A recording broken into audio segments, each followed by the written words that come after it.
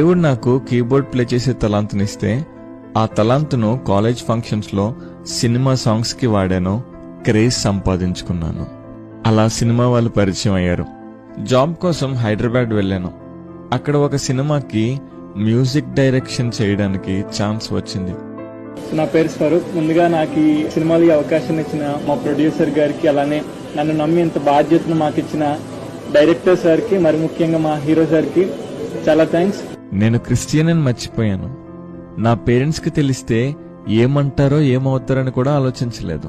డబ్బు కోసం, పేరు కోసం మూవీస్ కి పనిచేశాను. రాత్రి పబ్బుల్లో కూడా ప్లే చేసేవాడిని. పోకిరీల నుండి సెలబ్రిటీల వరకు అందరూ పరిచయం అయ్యారు.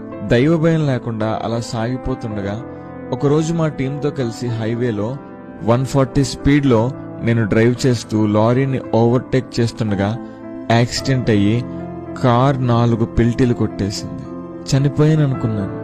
కార్లో అందరికీ దెబ్బలు తగిలాయి.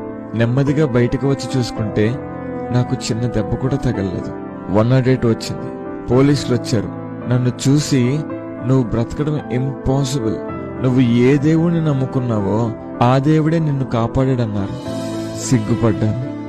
అన్నీ వదిలేసి ప్రభు సేవకు వచ్చేసాను. దేవుడు వాడుకుంటా.